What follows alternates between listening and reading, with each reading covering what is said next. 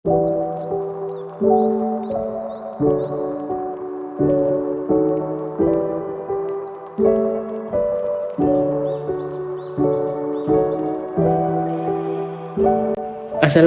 warahmatullahi wabarakatuh. Halo teman-teman, salam sejahtera untuk kita semua.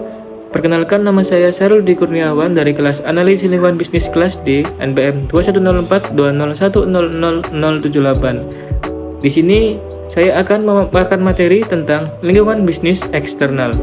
Saya harap teman-teman bisa menyimak video ini sampai selesai agar materi yang saya sampaikan bisa bermanfaat. Jadi apa sih lingkungan bisnis eksternal itu? Sebelumnya, kita harus belajar tentang lingkungan eksternal. Lingkungan eksternal merupakan lingkungan yang berada di luar perusahaan dan dapat berpengaruh langsung terhadap prospek perusahaan, yang terdiri dari lingkungan makro dan lingkungan industri. Faktor-faktor lingkungan eksternal. Yang pertama ada faktor lingkungan eksternal jauh. Dapat dikatakan jauh karena bersumber dari luar organisasi dan biasanya timbul terlepas dari situasi operasional perusahaan, namun memiliki dampak terhadap proses manajerial dan operasional organisasi tersebut. Faktor lingkungan eksternal jauh meliputi ekonomi, politik, sosial, teknologi, dan industri. Yang berikutnya ada faktor lingkungan eksternal dekat. Faktor lingkungan eksternal dekat mempunyai dampak langsung terhadap operasional, berbagai strategi, dan tindakan dari kebijakan perusahaan. Faktor lingkungan eksternal dapat meliputi kedudukan kompetitif perusahaan, profil para pelanggan, perilaku pembeli, faktor pemasok, faktor penyandang dana, dan situasi pasaran kerja. Kemudian ada indikator lingkungan eksternal. Menurut Mahmud Nuhum, terdapat dua pendekatan yang dapat digunakan untuk mengukur lingkungan eksternal, di antaranya pendekatan objektif dan menggunakan data-data industri. Sedangkan menurut Daya, lingkungan industri yang memiliki dampak langsung terhadap kinerja suatu usaha karena unit usaha memiliki interaksi langsung dengan faktor-faktor yang ada di sekitarnya, yaitu pelanggan yang mengantisipasi perubahan pelaku konsumen. Yang berikutnya yaitu pemasok, karena ada ancaman yang paling serius adalah terjadinya tawar-menawar. Untuk perusahaan perlu membina hubungan yang baik. Kemudian ada pesaing, yaitu adanya peluang untuk memperbaiki posisi.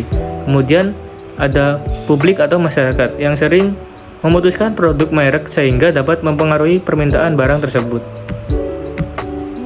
Kemudian ada pentingnya pengenalan lingkungan eksternal.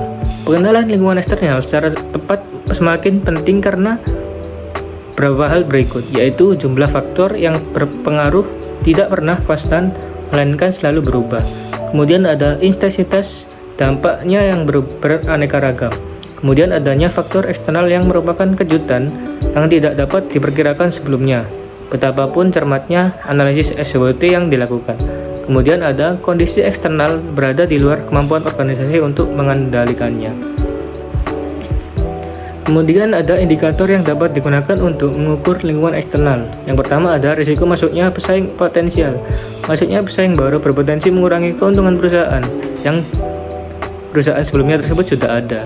Yang kedua ada kekuatan tawar-menawar pemasok, yaitu perusahaan dapat memperoleh pasokan bahan baku dari beberapa pemasok atau kedudukan perusahaan lebih kuat dibandingkan pemasok, sehingga pemasok tidak memberikan ancaman yang berarti terhadap perusahaan.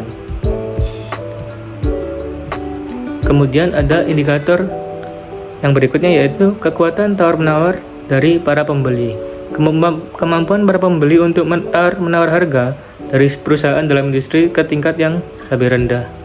Kemudian ancaman produk substitusi, yaitu ancaman dari perusahaan yang menghasilkan produk dengan memiliki kesamaan fungsi dengan produk yang dihasilkan oleh perusahaan tersebut.